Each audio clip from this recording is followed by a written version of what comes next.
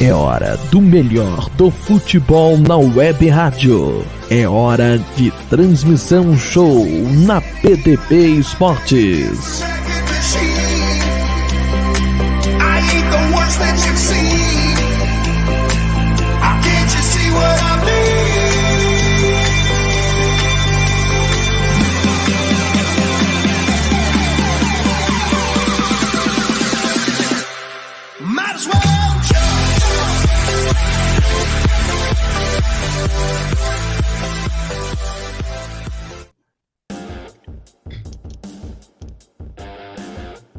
Bom, boa noite, boa tarde, bom dia. Estamos aqui no mais um podcast da marca Pênalti / BDB Esportes. E hoje a gente tem convidados. Hoje não estamos na guerreirice só nós dois. Grandes convidados do Chinelinho Cast. Não ouviu ainda, mas vai ouvir falar muito deles. E estão conosco aqui Fábio, meu grande colega, do Chinelinho Cast, Edmundão e Alfredo Boné. É assim? Boa noite, galera. Salve, Rafael, salve, Fábio. Obrigado, galera, estamos aqui para conversar com vocês hoje. É um prazer estar com vocês. Vocês estiveram no Chinelinho há pouco tempo. Foi um grande prazer, grande programa que está bombando aí, né, Edmundo? Exatamente. Ó. Obrigado aí pelo convite, galera. Fábio e Rafael. É um prazer estar aqui, né? Vamos falar de futebol. Bora. Futebol carioca. Isso. Vamos chorar um pouco aqui. Falar de segunda divisão também, talvez. Acho melhor não. Mas enfim. Puxa. Olha que eu estou decidindo um título hoje, então vocês são especiais, que eu estou abrindo mão de sofrer para estar aqui com vocês. Estadual não é título, meu amigo. Ainda é. É pré-temporada. Você ganha um certificado. Aqui no Rio Grande do Sul é título. Não, aí a gente sabe que é. Aqui já... Aqui só é título quando a gente ganha. Quando os outros ganham, é um campeonato ruim. É uma pré-temporada de luxo, né? Isso às vezes no Rio Grande do Sul já teve anos que foi assim também. Bom, boa noite, Rafael. É um prazer estar gravando na Marca do Pênalti, dessa vez com nossos ilustres convidados Edmundo Dan e Alfredo Bonef, do Chinelinho Cast. Como eles bem falaram, nós dois tivemos a honra de participar da edição 91 do Chinelinho, A Imortalidade é Azul, onde falamos sobre o imortal tricolor e sobre o futebol gaúcho em linhas gerais. Então vou largar a primeira pergunta para abrir os trabalhos. Alfredo e Edmundo, o que levou vocês a se encantar com o nosso amado esporte bretão? Então vou abrir essa então. Rapaz, o que levou a gostar de futebol foram as velhas e boas, ou mais, influências familiares, né? Aquela coisa de padrasto, de irmão. Meu irmão era botafoguense, foi o cara que me deu os primeiros times de botão, que eram Flamengo e Botafogo, né? E aí ele era botafoguense, eu acabei traindo essa linhagem botafoguense quando o meu padrasto casou com a minha mãe. Eu tinha uns 6, 7 anos e ele era aquele tricolor ferrenho, né? Que me levava ao Maracanã, moleque. E a partir daí, no final dos anos 70, por aí, eu comecei a realmente a entender mais de futebol e enveredei por essa senda, por esse caminho tricolor. E aqui estou até hoje, né? Com menos neurônios, com menos paciência, mas ainda insistindo nessa paixão. Mas foi influência de família. E aí foi o que me levou a gostar de futebol e ser fluminense. No meu caso também, foi influência familiar, não do próprio núcleo familiar, tal, mas a família da minha mãe é do Maranhão, e quando a gente era criança, a gente passava muitas férias lá na cidade dela, Carolina, no sul do Maranhão. E meu tio, um dos irmãos dela, morava lá, né, mora lá ainda, tal, mas ele tinha vários filhos, né, tal, e ele é vascaíno doente. E a galera, evidentemente, herdou essa vascaínice, né? Também, tal. Então, a primeira vez que eu fui passar férias lá foi em 1974, verão de 74, tem tempo já, bastante. E a questão do fanatismo dele pelo Vasco, que na sala de estar dele ele tem bandeiras do Vasco, flâmulas do Vasco, fotos de times do Vasco, do Expresso da Vitória, de times da década de 60, do Vasco e tal, né? Enfim. E os meninos também gostando de futebol tal. Eu tinha 5, 6 anos de idade, então isso aí me influenciou bastante. Eu voltei de lá, dessa viagem de férias vascaíno, né? Desde então, desde 74 eu torço pro Vasco, assim, né? Sempre reiterando que eu comecei a acompanhar mesmo o futebol para valer em 77. 74 era mais aquela coisa de criança, né? De influência de criança e tal. Mas foi isso. E depois eu acabei fazendo com que meu pai também passasse a ir a estádios, né? Já com 10 anos, tal, eu não ia sozinho, tal, pedia para meu pai me levar e apesar dele sempre ter uma simpatia pelo Vasco também, ele nunca foi muito de ir em estádio. A minha influência foi basicamente essa mesmo, né? Do meu tio, né? Essa parte vascaína da família aí. É isso. Eu vou furar a fila do Rafael e fazer outra pergunta na colada, porque essa pergunta se relaciona com a primeira, né? Quais são as lembranças mais emblemáticas que vocês trazem dos clubes de coração de vocês, os craques, as partidas inesquecíveis pro lado bom ou pro lado ruim? Deixa eu ir nessa primeiro, Alfredo. Vai lá. Vamos lá. Tem muita coisa boa e muita coisa ruim também do Vasco, né? Tal. Eu acho que vou separar um exemplo de cada, assim, os ápices, assim, tal. Vamos o ruim primeiro. Eu acredito que tenha sido, não foi nem a queda, assim, a primeira queda para a segunda divisão é meio traumática, né? Você meio que parece que é um parente próximo que morreu e você não acredita que o cara morreu, né? Então você olha assim, caralho, meu time está na segunda divisão, não estou acreditando nisso. Então. Mas eu acho que me traumatizou mais foi a perda do Campeonato Mundial da FIFA para o Corinthians, aquele pênalti do Edmundo que chutou para fora. Pelo ambiente que eu estava assistindo num bar aqui, e repleto de flamenguista também secando, entendeu? E aí, cara, aquilo ali foi muito frustrante, assim, acho que foi a maior frustração que eu tive na vida no futebol, assim, com o Vasco. Então, acho que foi pior do que cair para a segunda divisão. Cara, melhor, tem vários momentos, tal. Eu poderia dizer, assim, um jogo inesquecível é o Vasco e Palmeiras da Mercosul de 2000, né? No Chinelinho a gente fez até um episódio sobre esse jogo também, né? Tem uma série lá de jogos na memória, né? Jogos que ficaram para sempre na memória. Do Vasco a gente separou esse, que aquele foi um jogo inesquecível, tal. Mas tem um outro evento que tem menos importância, mas para mim teve um prazer maior, que foi uma goleada que o Flamengo aplicou sobre o Vasco. Não sei se o Alfredo lembra, que foi 5-0. Acho que foi uma final de Taça Guanabara, primeiro turno, uma coisa assim, aqui no Rio.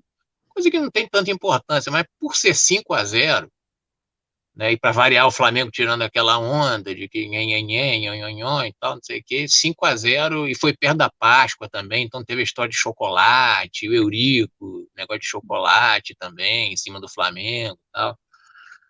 E nesse dia eu quase apanhei no boteco que eu estava vendo também, tal, porque eu me empolguei no 3-0 e comecei a ofender abertamente o time do Flamengo, e, pô, a torcida e tal. E uns caras do Flamengo que estavam vendo o jogo no outro dia começaram a olhar torto para mim. Ainda teve o quarto gol, que eu quase pulei em cima da mesa tal. Eu estava sozinho. Aí que eu vi que os caras começaram a ficar muito nervosos, aí eu segurei a onda. Aí o quinto gol eu já eu só fiz assim, bem baixinho para não ter problema. Mas eu acho que são esses momentos aí, os ruins e os bons. Vai, Alfredo. Rapaz, eu acho que os grandes momentos, eles começam antes de conquistas do Fluminense, né? que foram as primeiras idas ao Maracanã. Quem é aqui do Rio, né, tem o antigo Maracanã, que já não existe mais, como uma lembrança afetiva, uma memória afetiva da cidade. Então, você ia qualquer jogo do Carioca ou do Brasileiro, Fluminense Bom Sucesso, rodada dupla, aí tinha Vasco e São Cristóvão, você via 2 jogos. Ir ao Maracanã é uma das grandes alegrias assim do futebol. Mas especificamente do Fluminense, eu diria que a década de 80 é muito marcante, assim, é o meu Fluminense, né? O Fluminense de 80, que é o primeiro título que eu curto muito, assim, em cima do Vasco, do Edmundo, 1-0, gol do Edinho, no Maracanã. O goleiro era o Mazzaropi, inclusive, que depois jogou pelo Grêmio, né? E, posteriormente, aquele timaço do Assis, do Washington, Romerito, tricampeão carioca e campeão brasileiro de 84, né? As Paulo glórias Vitor no gol. muito... Oi? Paulo Vitor no gol. Paulo Vitor no gol. As glórias mais recentes, do tempo de Unimed, são importantes, mas aquele eu digo que é o meu Fluminense. E, enfim, as grandes tristezas, decepções, evidentemente as quedas sucessivas que levaram até a Série C, mas aí foi um paradoxo, porque aquilo, em vez de enfraquecer o laço, tornou o laço ainda mais forte em relação ao clube. Eu lembro de ter comemorado com alguns poucos tricolores a conquista da Série C, cujo protagonista foi o nosso Roger Flores, né, uma joia de xerém que muita gente não gosta, mas que jogou muito nessa época. E a grande decepção, a derrota para a LDU no Maracanã, evidentemente, né? Foi um dia, talvez um dos piores, assim. Eu lembro de encontrar um amigo meu de jornalismo, de literatura, Edmundo Barreiros, charado Edmundo, um cara que conseguiu, vejam vocês como era o antigo Maracanã, levar lá para dentro uma garrafa de uísque inteira. E todos os que estavam no entorno mataram aquela garrafa e a gente saiu, além da derrota, com uma ressaca imensa no dia seguinte, porque era um uísque muito ruim. E foi isso. Eu só queria dar uma... Não, só complementar, desculpa. Para você ver como é que era ruim a segurança, né? O cara entrou com uma garrafa de uísque, né? Ou era boa, né? Não sei. Ou era boa, Eu só queria complementar que ali naquele jogo contra a LDU, o Fluminense perdeu no mental, né? Nem foi no jogo, foi no mental. Que o goleiro Ceballos, Ceballos, que foi aluno do Manga, né? Ex-goleiro do Inter, Botafogo. Ele viu uma oportunidade, não foi dele defender, ele motivou a LDU e cresceu naquela final. E o Thiago Neves e o resto companhia ali, Júnior César, perderam no mental todo o jogo. E aí aquela coisa quando o Painato se abate, né? O Painato se abate e deu. O resto do time se abateu. É por isso que eu fiz aquela cara aquele dia na entrevista. Porque eu sei, quando o Painato se abate, já era, não. Acabou, afunda o barco, deu. Espera, tem que fazer outro barquinho de papel para dar certo. Você tem toda a razão. Ele se adiantava, ele, enfim, catimbava direto, assim. Ele foi certamente um fator ali que levou a LDU a ganhar aquele jogo, nos pênaltis, né? Porque no outro ano a LDU leva a Sul-Americana. Então mostra que o time era muito competitivo, né? Era um bom time, não era um time ruim, não. Não. Tem esse consolo aí. Bom, um consolo, na verdade, não adianta nada. Até hoje sinto o gosto daquele uísque, mas tudo bem. Pelo menos você tomou aquele cacetão na cabeça, você estava bêbado. Legal. Anestesiou. Anestesiado ali, né? Quase consciente. Eu só queria, como vocês são das artes cênicas, né? O Edmundo é ator, e diretor de teatro, o Alfredo também. Como foi essa paixão, assim, durante a faculdade, e lidar ao mesmo tempo com futebol e objetivos na vida? Como é que vocês faziam para gerar esses 3 objetivos? Um objetivo na vida, o futebol e mais a faculdade também para fazer com a paixão, né? Fazer aquilo que gosta. Alfredo. Cara, eu enfim, nós somos jornalistas, né? Ou fomos jornalistas e, ao mesmo tempo, também temos essa trajetória nas artes cênicas e no audiovisual também, né? No jornalismo, especificamente, eu nunca tive a chance de trabalhar no esporte, mas eu fui muito próximo de gente que trabalhava em editorias de esporte, na TV Globo, onde trabalhei, no Jornal do Brasil também, onde eu trabalhei. Então, sempre acompanhei com muita curiosidade. Hoje, fazer um podcast sobre futebol talvez seja preencher uma lacuna no jornalismo, que eu sempre fico pensando, será que se eu tivesse enveredado pelo esporte, eu teria deixado o jornalismo? Ou estaria vivo até hoje? Eu não sei, porque é uma galera também que se detona muito, né? Eu não sei. Nas artes cênicas foi mais dissociado, assim, não tem uma relação tão próxima, mas eu já fiz espetáculos sobre futebol. Um espetáculo 2014, né, na Copa do Brasil, chamado A Sombra das Chuteiras Imortais, baseado nas crônicas de Nelson Rodrigues. Eu fiz a assistência e direção dessa peça, direção do Henrique Tavares, com grandes atores aqui no Rio de Janeiro, inclusive a filha do Nelson Rodrigues, a neta do Nelson Rodrigues, perdão, filha do Nelsinho Rodrigues, filho do Nelson, fez essa peça. Foi uma feliz conjunção entre futebol e artes cênicas, que eu lembro com muito carinho até hoje, 8 anos. E até a gente tem uma bizarrice citada no chinelinho, vou falar rapidamente, que a peça era recebida com muito carinho, e a gente fazia a temporada durante a Copa, e quando o Brasil perdeu de 7-1, a peça virou uma comédia, porque todo aquele ufanismo de 58 virou uma coisa muito engraçada. Vamos ganhar, ganharemos de lavada, e o Brasil tinha levado 7-1 e a peça virou uma comédia irremediavelmente, assim. É isso. A gente segue uma caminhada aí profissional juntos aí, mais ou menos, acho que já há 20 anos, né, Alfredo? Foi quando a gente se conheceu lá no Grupo Arte, né? Grupo Ação e Reflexão Teatral. Isso. Mas eu sou formado em teatro, sou jornalista também, por coincidência a gente teve uma trajetória parecida, né, de jornalismo e artes também, tal, e eu ainda sou formado em música também, entendeu? Eu sou músico também, tal. Então a gente vai levando o jornalismo não tem mais muito espaço, né? O mais próximo do jornalismo que eu faço hoje em dia é o Chinelinho Cash, acho que como Alfredo também, tal. E dentro dessa área das artes cênicas eu acabei me envolvendo mais com a parte audiovisual, né? Cheguei a fazer peças como ator também, filmes, e cheguei a fazer algumas poucas novelas na Globo também e tal. Mas o teatro apareceu numa época em que o jornalismo, para mim, estava meio que muito desestimulante já, entendeu? Eu estava trabalhando como assessor de imprensa da Procuradoria-Geral do município do Rio de Janeiro, entendeu? Já tinha largado a Rádio Jornal do Brasil também, já estava um pouco de saco cheio do dia a dia do jornalismo e tal. Eu já era músico e fazia teatro amador, e aí em 95 eu decidi me profissionalizar como ator, já não sei se tardiamente ou não, tal, mas enfim, eu me formei com 27 anos como ator.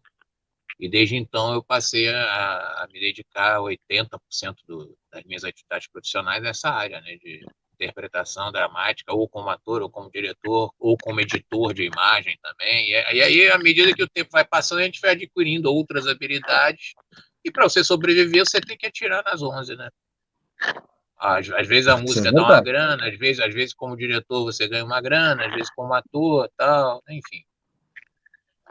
Muito legal fala. Muito legal esse paralelo entre a trajetória de você no jornalismo, com a arte, com o futebol, né? E eu lembrei de umas coisas quando eu estava pensando nesse episódio, né? Agora eu lembrei do paralelo com a arte, aqui é só uma citação, né? Que me chamou muito a atenção uma vez que caiu as crônicas de Paulo Mendes Campos. O gol é necessário. Então eu digo, a minha simpatia pelo Botafogo aqui do Rio Grande do Sul passa pelo Paulo Mendes Campos e pelo Louco Abreu. Mas então vamos... Botafoguense Paulo Mendes Campos, né? Exatamente. Isso, botafoguense. Bom, mas o tema da pergunta seria outro. Agora, vocês citaram que tiveram passagem pelo rádio também, né? E eu tenho lembranças do rádio carioca, porque apesar, ainda nos anos 90, ainda se tinha muito contato com o rádio. Dos primeiros contatos com o futebol foi escutando pelo rádio. Me lembro de eu, criança, dormir escutando os jogos de futebol no rádio de pilha. Sim, sim. Então, eu fiz muito isso também. Havia essa curiosidade, eu sempre tive a curiosidade assim, de conhecer algo de outro lugar, né? Então eu lembro de alguns horários que pegavam, né, que não eram todos, eram geralmente horários meia-noite, 5 da manhã, pegavam as rádios cariocas.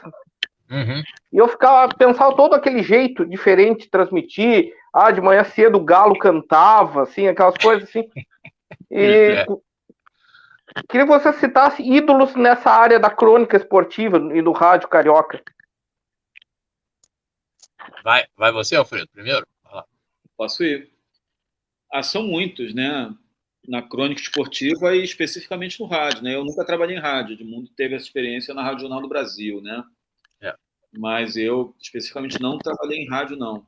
Mas, obviamente, eu acho que todo torcedor carioca é muito forjado por uma equipe, e a gente já fez até um programa sobre isso, que todo mundo no Rio de Janeiro, com mais de 40 anos, sabe as vinhetas da equipe de rádio da Rádio Globo. Se os amigos permitirem um pouco dessa performance ridícula, a gente pode tentar, né, Edmundo?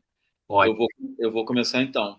Valdir Amaral, Jorge Cury, João Saldanha, Mário Viana, Kleber Leite, Loureiro Neto. E é isso. É isso. Essa era uma equipe mitológica da Rádio Kleber, Globo, né? Mas Kleber Leite, esse é o Flamengo, né? Isso, Oi? exatamente.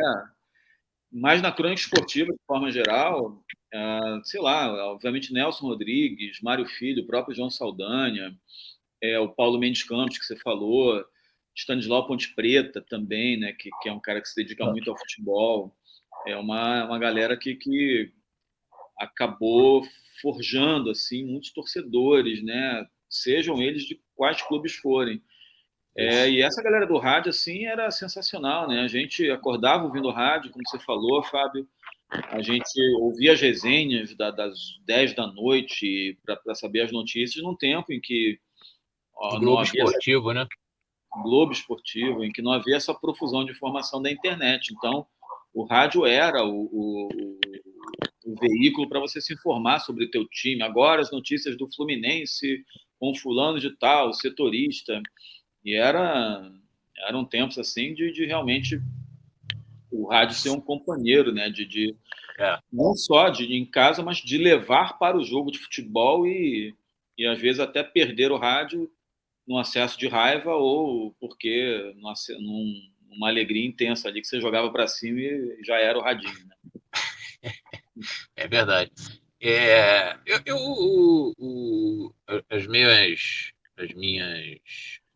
Os meus exemplos assim de jornalistas esportivos, tal, é muito parecido com o Alfredo também, né? Porque nós somos de uma mesma geração, né? Então, exatamente isso. Como você não tinha podcast, não tinha internet, a quantidade de blogs que você tem hoje falando sobre um time especificamente, tal, então era a rádio que supria isso, né? E a Rádio Globo sempre foi líder de audiência aqui no Rio de Janeiro, então as equipes da Rádio Globo, mesmo essa que a gente falou que foi clássica, né, na década de 70 ali e tal, com essa galera toda. Depois um outro cara que eu sempre gostei muito foi o Zé Carlos Araújo, né, como locutor de rádio, eu sempre achei ele excelente. Tal. Ele está na Rádio Tupi hoje em dia, né?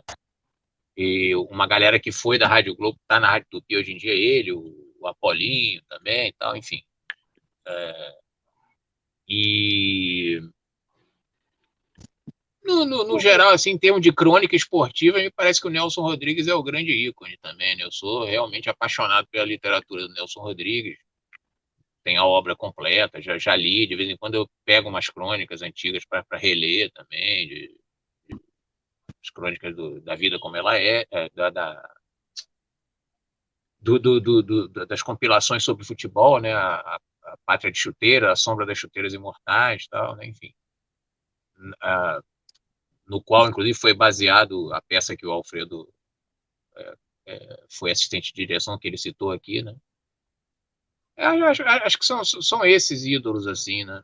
Enfim, depois as gerações vão mudando, vão aparecendo outros mais novos também e tal, mas, assim, fica uma nostalgia desse tempo, né? Que envolve também a nostalgia que o Maracanã, que o Alfredo já falou do Maracanã antigo, de um futebol também um pouco mais romântico e tal, né? Enfim, consciente de que os tempos mudam, né? Mas fica essa nostalgia, né? Então, esses ídolos a gente não esquece. Assim, então. É verdade. Eu tenho uma pergunta, sim. Tá, Fala. tiveram a ideia do chinelinho, mas antes do chinelinho, tiveram alguma outra ideia parecida, não na forma de podcast, mas assim, por a cultura e o futebol se misturando também, chegaram a ter uma ideia, digo, Alfredo, Edmundo, acho que vamos fazer uma coisa que vai dar certo, chegaram a ter alguma ideia, chegaram a pensar assim, antes do chinelinho? Vai lá, Edmundo. Ligada ao futebol especificamente, não. Acho que foi, assim, eu estava com vontade de fazer um podcast. Já estava essa onda de podcast começando. Há uns 3 anos já se falava, tal, não sei o quê, parará, ainda estava uma coisa assim, nem todo mundo ouvia tal. Aí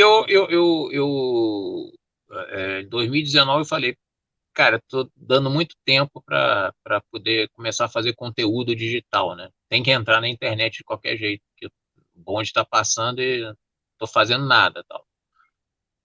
Aí acabei colocando na rua 3 projetos, né? Um foi esse, o Chinelinho, que eu falei com o Alfredo, vamos fazer um podcast aí sobre algum assunto, tal, não sei o quê. Aí, falei, porra, o quê? O que a gente gosta? Falei, pô, futebol, de repente, né? Vamos fazer sobre futebol, mas como é que a gente faz, tal? Aí foi chegando a um formato em termos de tema, tal, o nome, o Alfredo veio com alguns nomes, aí ele botou lá Chinelinho. Aí eu falei, então vamos botar Chinelinho Cash, porque acho que fica legal. Tal. Depois a gente arruma um jeito para justificar também o nome. E aí, porque eu achei sonoro, entendeu? E aí foi isso, né? E junto com o Chinelinho, eu também lancei 2 canais de humor, né? Que é o Cosquinha e o Lunáticos também, né? Então, desde então, a gente começou antes da pandemia. O Chinelinho começou antes, mas acabou estreando só no dia 1º de maio de 2020, e os canais de humor acabaram estreando antes e a gente teve que se readaptar quando começou a quarentena em 2020 e tal, né? Enfim, a gente passou a ter que fazer produção à distância e tudo mais, tal. Mas voltando à pergunta específica, em termos de futebol especificamente, não tinha pensado ainda em fazer nada inédito assim, tal. Alfredo. Não, porque eu acho o podcast de vocês, bom, eu já falei 500 vezes, vou falar de novo aqui pro público da BDB, é muito legal, a entrada do podcast é muito, como é que tiveram vou fazer a voz assim, tu entra, começamos, porque eu acho que vocês é que nem Bebeto e Romário, meio a dupla Rorô, né, Roberto Dinamite e Romário se faz combinar, né, eu vou ver assim. Cara, na verdade, assim, eu vou começar, depois o Alfredo complementa aí. Como você falou de vinheta, né? Na verdade, eu que produzi as vinhetas, tal, mas a gente criou meio que uma concepção, assim, em conjunto, né, de tudo e tal. Quantas vinhetas seriam necessárias, que quadros teriam, tal, não sei o quê. E como a gente queria fazer uma pegada de papo de boteco mesmo, uma coisa mais informal, né, tal. Não sei se você percebeu que eu estou me controlando para não falar palavrão aqui. Né? Lá no chinelinho eu não controlo minha boca. Mas. Eu tô pensando, que milagre ainda não faltou um. Eu tô me policiando aqui. Pô. Talvez se vocês me chamarem mais umas 2 vezes, aí talvez vocês não queiram mais me chamar, porque aí eu vou perder o controle. Não, mas aqui eu tenho sempre o ditado comigo. Veio a primeira vez, vocês assinaram pré-contrato comigo, não tem essa? Vou voltar outras vezes.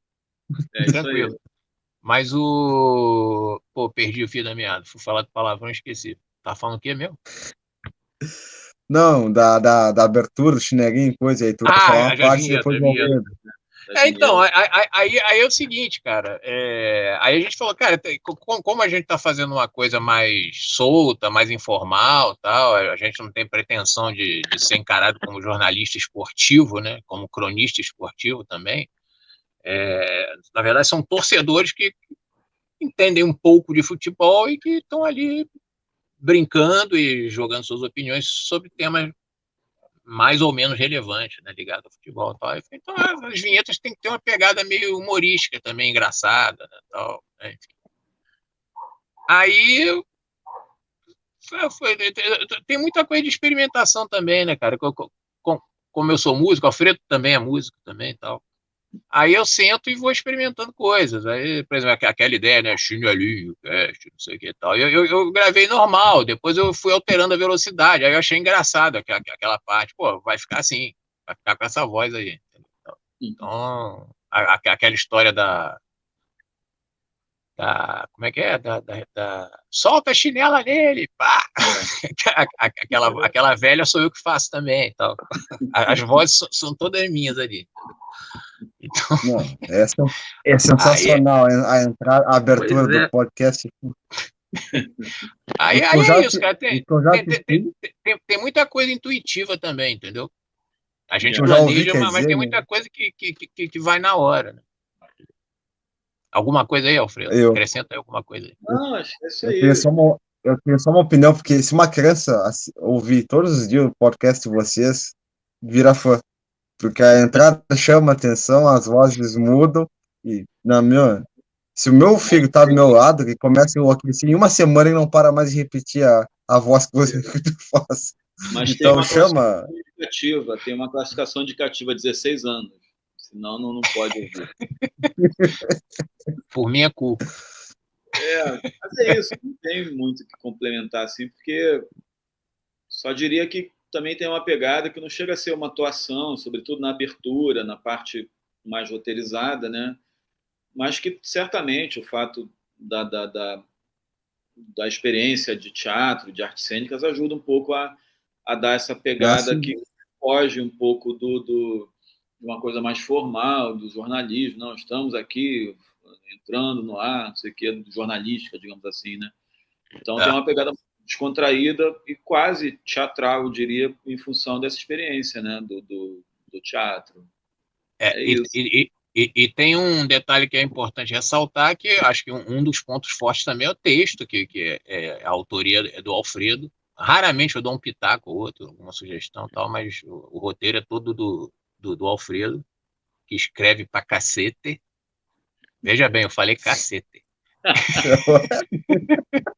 Eu estou me controlando.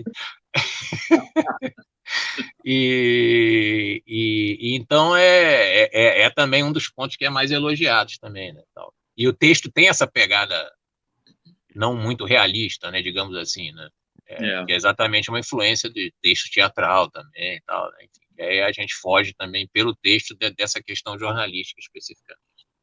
Do factual. Exatamente. Realmente as vinhetas me chamam muito a atenção, acho muito espirituosas, muito divertidas. A abertura da nossa participação com o Hamlet em Terras Gaúchas, quase me enrolei com a palavra. Como eu disse num programa, eu vou até contar uma história para justificar a minha pronúncia ruim de inglês. Eu nunca fui um aluno muito bom de inglês, né? Então eu gostava de uma banda chamada A-ha, ainda gosto. Opa! Sim. E uma vez, quando estudante, morando em Pelotas, eu fui numa loja. Eu tinha um passatempo peculiar quando morei em Pelotas e era estudante. Era escutar os CDs de graça nas lojas de disco e não comprar, na maioria das vezes. A não ser se eles entrassem numa promoção. Então, eu achei um CD, uma coletânea do A-ha. Aí eu começava a falar as músicas que gostava e o vendedor me corrigiu todas as pronúncias. Então, eu tenho esse problema com a pronúncia em inglês. E você não comprou o CD? Eu não comprei o CD, principalmente depois de ser corrigido meia dúzia de vezes Pô, mas hoje em dia é Não, porque tranquilo, ele né? faz Hoje isso. em dia a gente não precisa mais fazer esse subterfúgio, né? De ficar na loja ouvindo CD de Não, graça. Hoje em dia a gente ma- pirateia na internet, a gente ma- baixa da internet. mas hein, E tem o ele faz glorioso isso com os livros Spotify, também. né? Ele é até o cara de Também. pau que faz isso com os livros. E tem o glorioso Spotify que dá para achar muita coisa. Eu digo, às vezes eu acho umas novidades antigas. Mas Não, pô, Spotify é ótimo. Aquela versão do É. hino do Grêmio, eu tenho CD aqui por acaso, né? Mas você consegue achar aquele CD no YouTube, por exemplo, né? CD de 96, né? Não, essa eu tenho uma história história. nessa parte. Eu não ouvi de graça também. Só vou contar a minha do Buena Vista Social Club lá. Eu fui nessa mesma loja lá em Pelotas, que é uma das poucas que tem. Aí eu sou muito fã do Buena Vista, né? Sempre fui. Teve agora a última performance que é a Adios, né? Daí eles encerraram a banda, né? E cheguei na. Tu tem os cubanos? Buena Vista. O que é isso? Buena Vista Social Club, o Ibrahim Ferreira. Tem. O único que tem aqui na loja tá lá tirado lá no porão. Levei o único, levei o DVD. O único que tinha tirado lá no porão da loja. Não, é isso. Os caras Hasta la vista Futebol Clube, né? Desculpem a piada. Exatamente. Mas, pessoal, eu me perdi com a minha pronúncia de inglês complicada. Como eu disse no outro programa que eu participei, eu digo, é que nem o Bem Amado, o meu inglês não é muito nova-iorquino, mas bredes, cheese. Bom, é verdade. Mas vamos então à pergunta.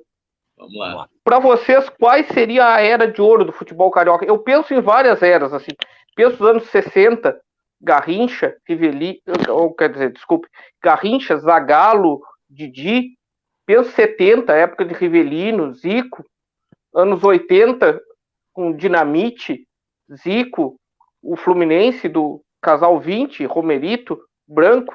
Aí eu penso nos anos 90, aquele campeonato carioca de 95, a disputa pelo título do Rei do Rio entre Romário pelo Flamengo, Renato Gaúcho pelo Fluminense, Túlio pelo Botafogo, ou quem sabe os anos 2000. Para vocês, qual é a época de ouro do futebol carioca? Alfredo. Olha, todo mundo acho que em algum momento pensa num tempo em que você queria ter vivido, assim,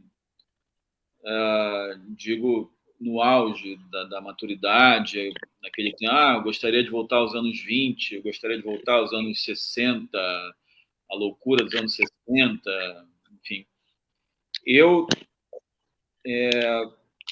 Respondendo a sua pergunta, Fábio, eu acho que a época de ouro do futebol carioca é o final dos anos 60 e até o final, meados 76, 77, porque eu acho que tem um auge ali da experiência do Maracanã como templo do futebol carioca.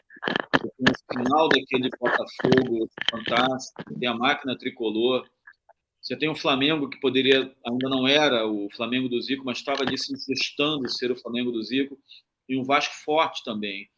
Mas isso é um paradoxo um pouco, porque é um momento em que o Brasil começa o jejum deles, o jejum da seleção, digo, de títulos, né, mundiais. Mas, para mim, se eu tivesse que escolher, gostaria de ter nascido, talvez, nos anos 50, para ter 20 e poucos anos, nos anos 70, e curtir aquilo de uma forma mais plena. Eu era muito menino, muito novo, muito criança. Mas, para mim, esse é o ápice do futebol carioca, para mim. Tá certo. O teu sonho era para o Woodstock, né? Tá certo.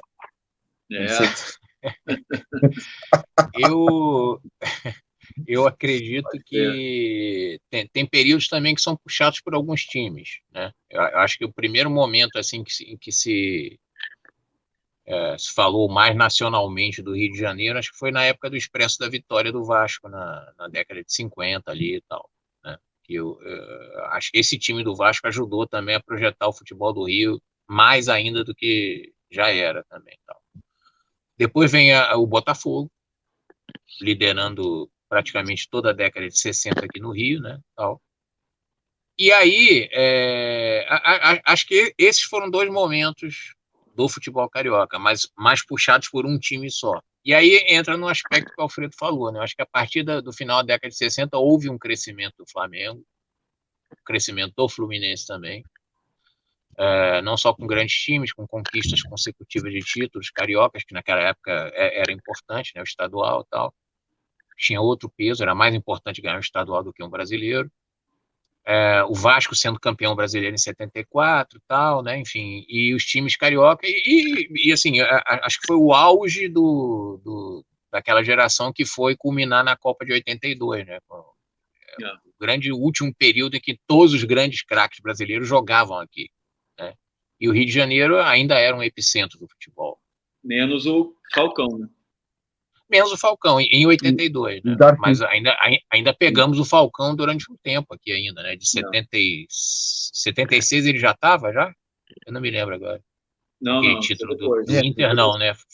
Foi logo depois, né? Depois que o Inter perde a Libertadores com o Nacional do Uruguai, se não me engano. Eu me lembro que em 78 o Coutinho foi criticado porque não levou o Falcão, tal, não sei o que. Então já se falava em Falcão já se falava em Falcão em 78, né? Então a gente ainda teve uns 2, 3 anos de Falcão aqui, no mínimo, né? Mandando ver também no Internacional, né? O Grêmio também e tal. E eu acho que esse período que começa no final da década de 70, de 60, acho que ele se estende, porque você vai tendo sucessões de gerações de craques que ainda surgem aqui. Então você termina a década de 70, aí você emenda com 80, que aí tem o time do Fluminense, que foi tricampeão, e o time do Flamengo, que foi campeão mundial, tal, não sei o quê, enfim. Aí depois você começa, aí surge o Romário e o Bebeto, já no final dessa década, entendeu? Década de 90 já surge o Ronaldo Fenômeno, tal, né? Enfim, tudo bem que aí não tem muito a ver com o Maracanã, mas... E o quê? No São Cristóvão.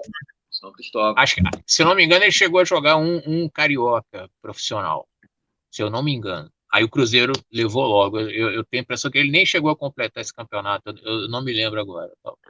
Mas, enfim, eu acho que até o comecinho do ano 2000, cara, quando foi uma nova fase de ouro do Vasco, né, eu acho que nós tivemos uma fase interessante do Maracanã. Acho que a partir do ano 2000 já não fica uma coisa tão, na minha opinião.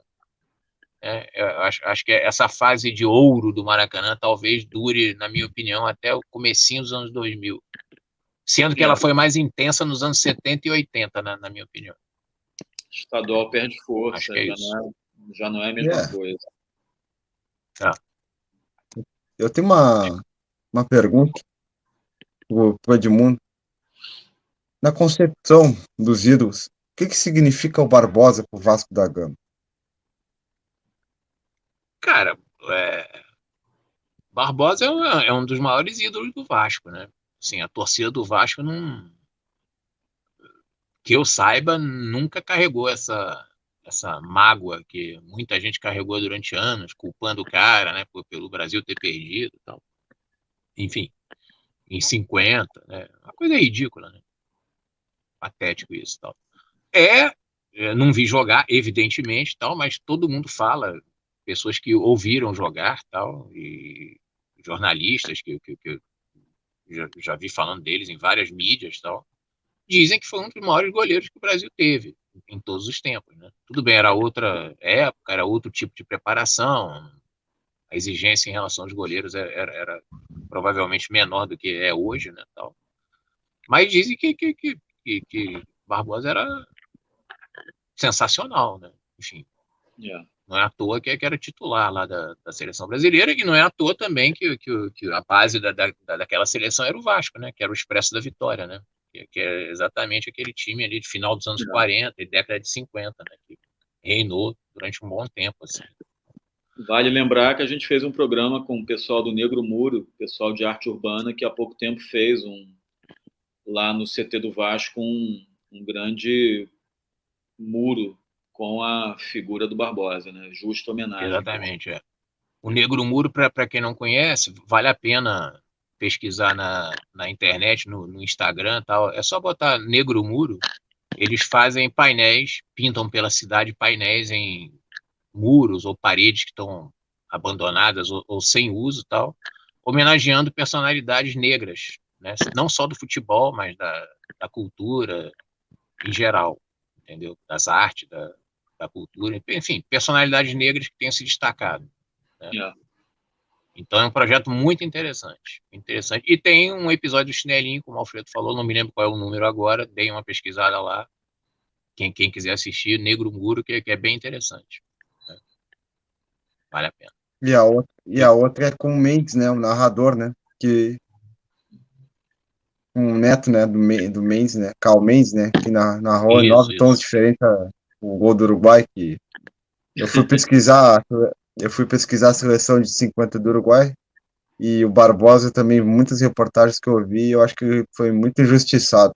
Não conheci, não vi jogar também pela minha idade, mas eu acho que foi um jogador, assim, eu acho que mais, não digo execrado, mas mais injustiçado dentro do futebol brasileiro. Eu não vi outro igual ao Barbosa, por causa dos gols que tomou até hoje.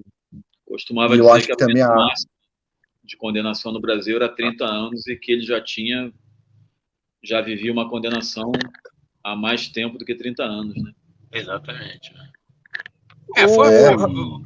O que fizeram com ele foi ridículo. Eu acho que o ápice disso foi o Zagallo na concentração lá na Granja Comari em 94, que o Barbosa foi lá para visitar a seleção, acho que levado por alguma emissora, alguma coisa assim, e o Zagallo expulsou ele de lá, dizendo que não queria, ninguém para trazer azar para a seleção.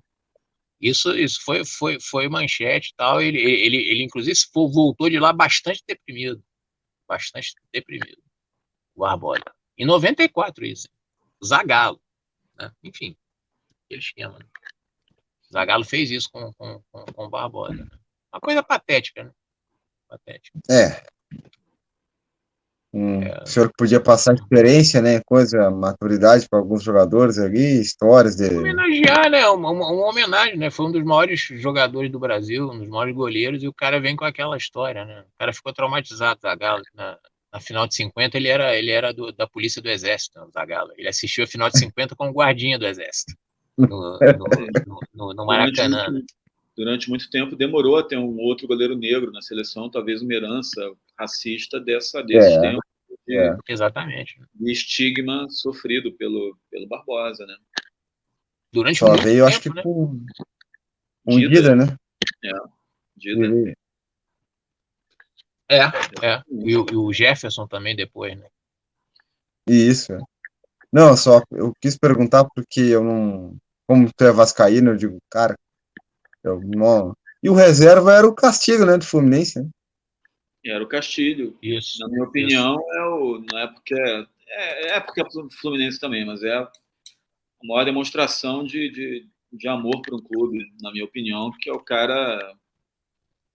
Vocês devem saber dessa história, né? Porque o Castilho sofre uma contusão e o dedo dele quebra, fratura o dedo mínimo, e ele diz que o médico diz que ele não vai jogar mais o campeonato. E ele fala, mas não dá para fazer outra coisa, não, só se amputar. Então amputa o dedo mínimo. E ele joga sem o resto da vida, evidentemente, sem o dedo mínimo, né? Para jogar pelo Fluminense. Que prova que o dedo mínimo não é necessário para ser goleiro. É verdade. É a grande conclusão. A não ser que o cara tenha um dedo mínimo, uma aberração maior que os outros dedos, mas aí seria um caso a ser estudado pela ciência. Já que o Rafael fez uma pergunta só pro Edmundo, eu vou fazer uma só pro Alfredo. Eu tava com a curiosidade, até nem tava no meu roteiro, mas já que eu tenho essa curiosidade, eu vou perguntar. O Didi é ídolo no Fluminense também ou só no Botafogo? O Didi é um ídolo tricolor também, mas a dimensão que o Didi tem para o Botafogo, ele não tem no Fluminense, né? Tem isso, né? Eu acho que alguns jogadores, eles marcam em vários clubes. O próprio Gerson, que é outro ícone tricolor, né? Mas também botafoguense, rubro-negro. Mas eu te diria que no auge da carreira, o Didi jogava pelo Botafogo, né, no bicampeonato mundial, né, aquele time fantástico, talvez o maior time brasileiro junto com o Santos, que é o time do Botafogo. Mas o Didi, sim, ele é um cara reverenciado no Fluminense, mas não com o mesmo ardor, por exemplo, que tem um Assis. Eu acho que todo tricolor reverencia mais o Assis, por exemplo, do que o Fred mesmo, do que o Didi. E aí eu não estou nem entrando no método de comparação de quem é melhor. Acho que o Didi é o melhor entre os três que eu falei. Mas ele não tem essa idolatria tão grande como ele tem no Botafogo. Não tem. Eu acho até que no inconsciente da mídia, assim, o Didi é mais identificado com o Botafogo do que com o Fluminense. Né? Até por causa da relação com o Garrincha, com o Newton Santos e tudo mais. Sem dúvida. O Castilho talvez seja o grande ídolo do Fluminense de todos os tempos. E certamente uma perguntinha. Quem é melhor, o Romerito, o Assis ou o Fred?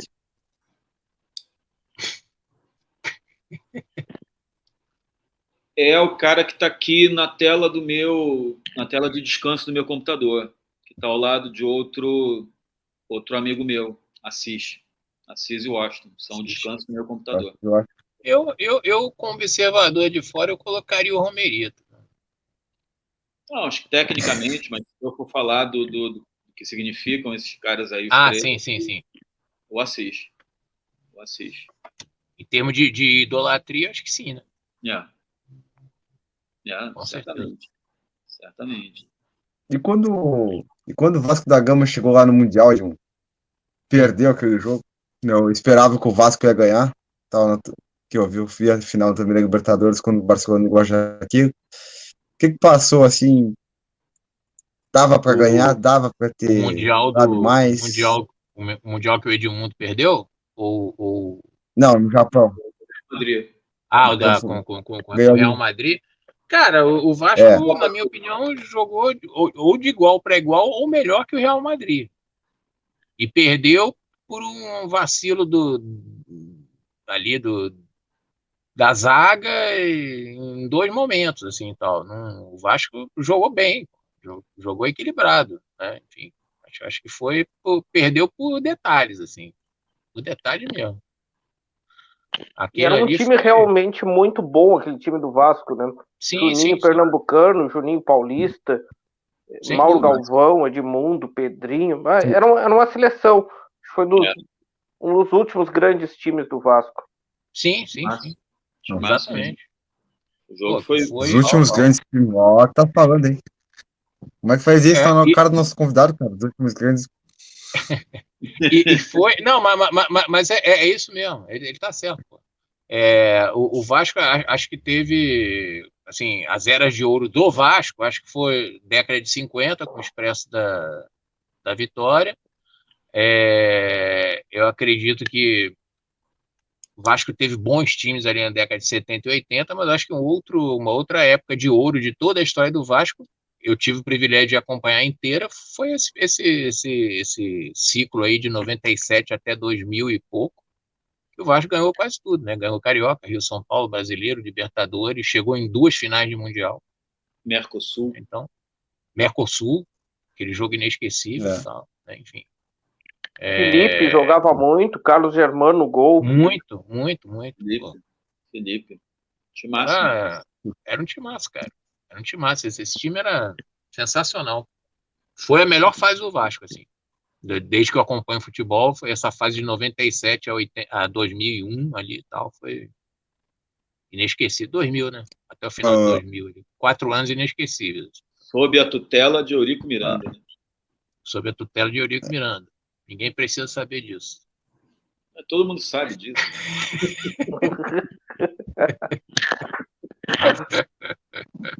Assim, agora por clube. Se tu pegasse o Vasco, o que tu faria hoje? Eu? Comprei o Vasco.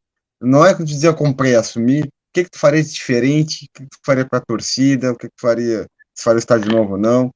Se eu primeiro usaria o ingresso. Não, eu primeiro tentaria fazer o que o Flamengo fez, que era impor uma gestão de controle financeiro e uma gestão sustentável, né? Vai ficar mal durante uns anos, né? Vai apanhar durante uns anos, talvez caia, fique ali, tal, não sei o quê, mas aí tem que ter um entendimento como o Flamengo, né? O Flamengo teve para cair 2 vezes nesse período de saneamento aí, antes de 2019, né?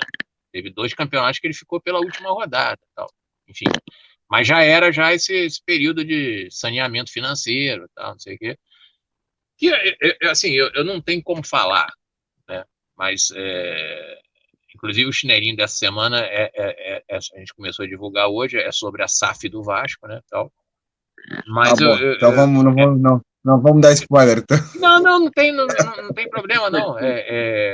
O que eu vou falar, todo mundo sabe também, tal. Na verdade, eu não sei como está realmente a situação financeira do Vasco. A gente sabe que está mal, né? A dívida de praticamente em torno de 700 milhões, tal, não sei o quê. Mas eu tendo a acreditar que, pelo tamanho da torcida e tudo mais, é a 5ª maior torcida do Brasil ainda, né? E a 8ª em redes sociais. E parece que se você impuser ali uma gestão rígida e honesta, né, de gastos controlados e tudo mais, tal, de fazer realmente um ajuste ali financeiro mesmo, né, de gastos e tudo mais, tal, eu acho que poderia se resolver a situação do Vasco sem ter que vender, né, para a SAF e tal. Respondendo a sua pergunta, eu acho que eu atacaria basicamente isso. Entendeu? Basicamente isso. E o que pudesse ser feito, com possíveis entradas de capital, não sei o quê, ia se fazendo devagarzinho, né, tal, mas eu acho que isso seria fundamental. E aí teria que ter a concordância da torcida, o que é difícil, né, porque você vai ficar um tempo sem ganhar título para poder fazer esse saneamento financeiro, e principalmente daquela galera de conselho deliberativo, que uma galera que não quer abrir mão de vender o clube e tal, ou que só joga ali politicamente, não joga pelo time, joga só por política, para ficar no poder e tal. Teria que enfrentar isso, né? Mas seria isso, cara. Na situação atual do Vasco. Rafael, não sei se tu tem mais alguma pergunta. Não, só quero destacar uma coisa. Uma coisa, que a minha pergunta que eu tenho eu acho que é a pergunta para encerrar os trabalhos, assim, uma pergunta mais sobre o futebol atual. Se tu tem alguma coisa assim, eu deixo a minha para o final.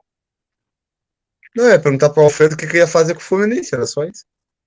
Então tá, tu faz essa e eu faço a minha depois, ok? Agora já tá feito. Alfredo, eu acho que o caminho seria o do saneamento, né, financeiro, expulsar empresários parasitas que há anos estão ali sugando, não só o Fluminense, como outros grandes clubes estão ali meio de sócios, mas na verdade são parasitas que se aproveitam dos clubes.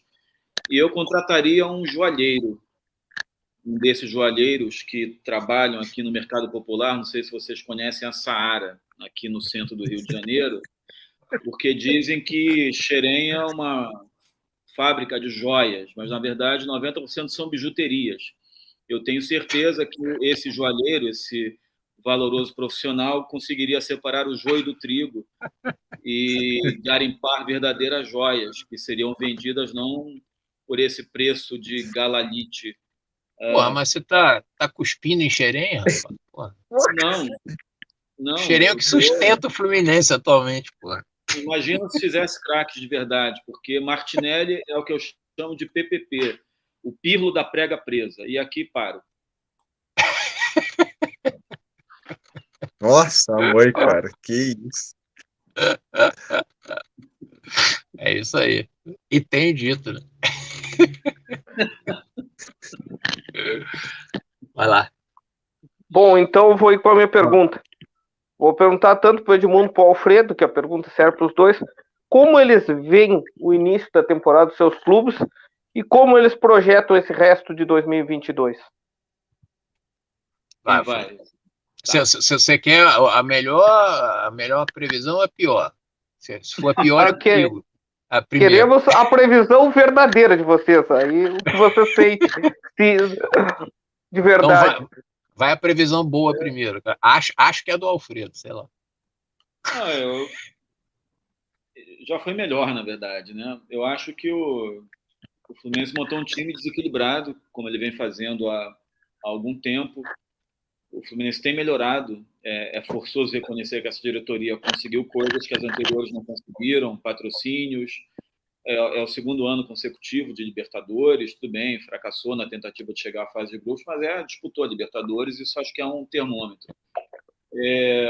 O Abel é uma glória tricolor, né? Um cara muito querido, como ele é querido aí pelo rival do Grêmio, né?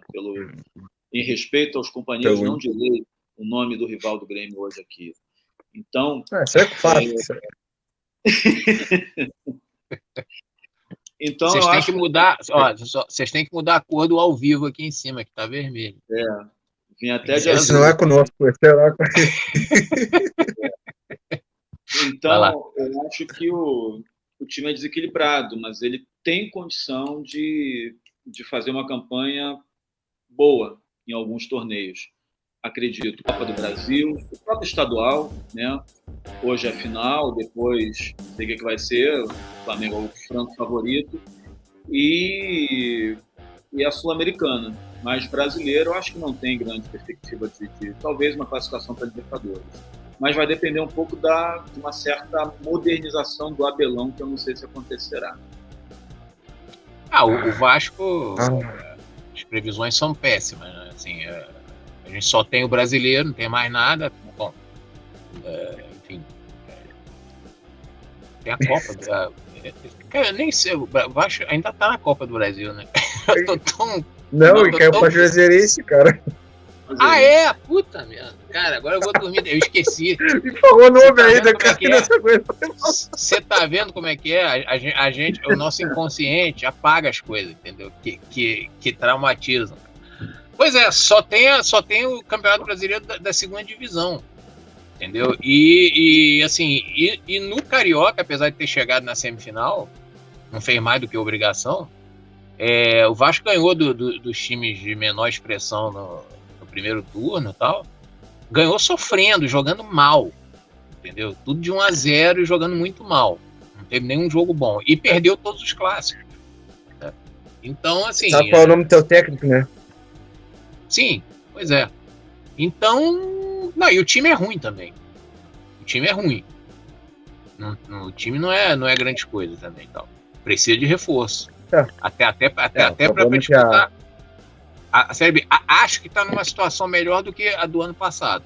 Ano passado foi um esculacho, né? Mas não acho que seja... A base do Vasco é boa, né? Mas ela é tipo que nem fruta para vender na Ceasa. Ela não... Ela é forçada. Exatamente. Exatamente. Então, assim, as perspectivas, na minha opinião, não são boas. Pode ser que esse time dê uma sorte aí, encaixe e, sei lá, comece a ganhar os primeiros jogos na sorte de 1-0, 2-1, empata aqui, empata ali, aí de repente dá uma encaixadinha e, assim, mas o meu grande objetivo é ficar em quarto lugar. O meu também. Nesse campeonato, entendeu? É ficar em quarto lugar. O meu também. Que vier a partir daí o meu também. Tô pensando em título e nada, não. Aí eu acho que isso responde a pergunta, né? Quando o seu maior objetivo na temporada é ficar em quarto lugar, entendeu? Num campeonato, você já sabe o que a gente espera do time. Então é isso. Essa SAF aí vai demorar ainda, se for rolar, ainda vai demorar para ser aprovado e para entrar no... Né, até vir reforço, não sei o quê. Enfim, o campeonato é daqui a 10 dias. Então, pode ter certeza que vai entrar aos trancos e barrancos. Tomara que eu esteja errado e que aconteça um milagre, o time se encaixe do nada, que essas coisas acontecem em futebol. O time também não é tão ruim que não possa se encaixar, né? Mas não para ser campeão, mas eu acho que para chegar entre os 4, acho que se encaixar, talvez chegue com dificuldade. Mas se não houver reforços, pelo menos do meio do primeiro turno para lá, acho que vai ser esse sofrimento mesmo, e já estou preparado para continuar na Série B. Eu não aguento mais me decepcionar, então eu já espero o pior. É isso. Exatamente Uma isso. pergunta, Fábio, era essa? Não, eu só vi que o Alfredo tá que nem eu, tá com estoicismo aplicado pro futebol. E diz que as pessoas se frustram porque são otimistas. Já dizia o filósofo Sêneca, então... É verdade. É verdade. É verdade. Mas é isso, né, cara? Eu pelo menos, já tive minha cota de sofrimento. Eu tô esperando ali com os 2 pés atrás, entendeu? Torcerei, mas torcerei tentando preservar a minha saúde. Enfim, é isso. Faz bem. É que nem eu com o Grêmio no ano passado.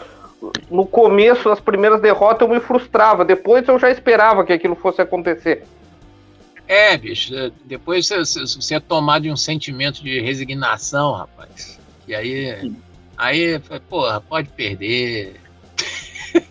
Tá tranquilo, pô. Beleza, ano que vem a gente recupera. Tá. Meu medo é começar a gostar demais da Série B, né? Aí... Vamos ver, né? Ainda mais com a galera caindo da Série A, né? Daqui a pouco a Série B vira a Série A que era antigamente, aí vai ficar tudo igual, aí já não tem mais problema. Grêmio e Vasco sobe, eu tô na torcerei. Vê que Série B é uma Série B legal, tem Grêmio, tem Vasco, tem Cruzeiro, tem Bahia, tem bastante título brasileiro na Série B. Pô, tem Sport, tem Guarani também, tá, pô, tá. Vai ser bonito. Vamos ver. Deus o livre. É isso. Vamos torcer, né, cara, pra ver o que acontece aí. E, meus amigos, muito obrigado. E vamos fazer o jabá aí, né? O velho jabá do Chinelinho Cast, como é que faz pra encontrar? Alfredo, vai. Manda aí.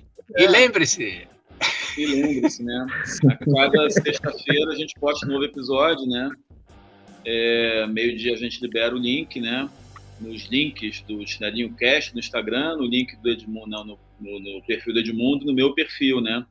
E também nos Facebooks, no meu Facebook, do Edmundo, e também do Chinelinho Cast. Então a gente divulga, a gente está hospedado na plataforma Libsyn e estamos também no Spotify. Então toda sexta-feira tem um episódio novo, sendo que o próximo é o que o Edmundo já anunciou aí, que é a SAF do Vasco, né? Uma perspectiva não muito otimista do que virá pela frente, mas está muito legal o programa. Exatamente. E aí, galera, quem puder, segue o nosso Instagram, que é o @ChinelinhoCast. Lá na bio é que a gente libera o link, né? E nos feeds do Facebook, do Chinelinho. O do Alfredo é Alfredo Bonef e o meu é Edmundo Danator, tá? E nas plataformas, lá Spotify, Libsyn também. E toda quinta-feira, no caso amanhã, dia 31 de março, a gente tem a live, né? A nossa live também, que é lá no Instagram. Lá, Fábio também. Isso, Rafael sempre aparece lá. Fábio, se quiser aparecer também, apareça sempre que quiser na live também. Que antigamente a gente fazia na sexta, depois do lançamento do episódio, e agora, por questão de logística, a gente antecipou para as quintas-feiras. Então a gente faz uma pré-live de divulgação e lançamento do episódio. E a gente adianta alguns assuntos também e outros assuntos mais atuais, do futebol atual também, na live. E recebe os amigos, né, para bater um papo lá também sobre os assuntos, ou para falar besteira também. Então, a gente aguarda as pessoas lá de modo geral, lá na live também. Lá no nosso Instagram, @ChinelinhoCast. Temos o YouTube também, que ainda está muito pequeno.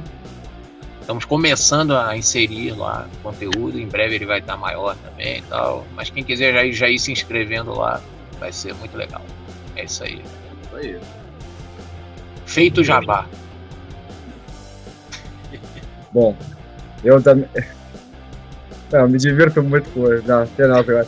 Eu queria, da minha parte, agradecer a Edmundo, ao Alfredo, por aparecer aqui. A gente que agradece. Obrigado. Parabéns pelo mais um episódio. Não? Muito obrigado. Beleza. Né, Fábio? São duas feras aí. Bom, valeu. Rafael, eu por minha parte primeiro te agradeço por ter me convidado para esse projeto. Estamos desde março de 2021. Agradeço ao Edmundo Dan e ao Alfredo Bonef por participar deste episódio na Marca do Pênalti. Um abraço a todos e escutem o Chinelinho Cast e escutem o Na Marca do Pênalti. Isso aí. Obrigado valeu, a vocês gente. aí também. Valeu, gente. Muito Abraço, bom estar até aqui. Até a próxima. Continuamos juntos aí. Galera, muito aguardando obrigado. vocês sempre Muito lá obrigado. no Chinelinho. E todo mundo também. Um abraço Beleza. a todos aí. Abração. Até mais.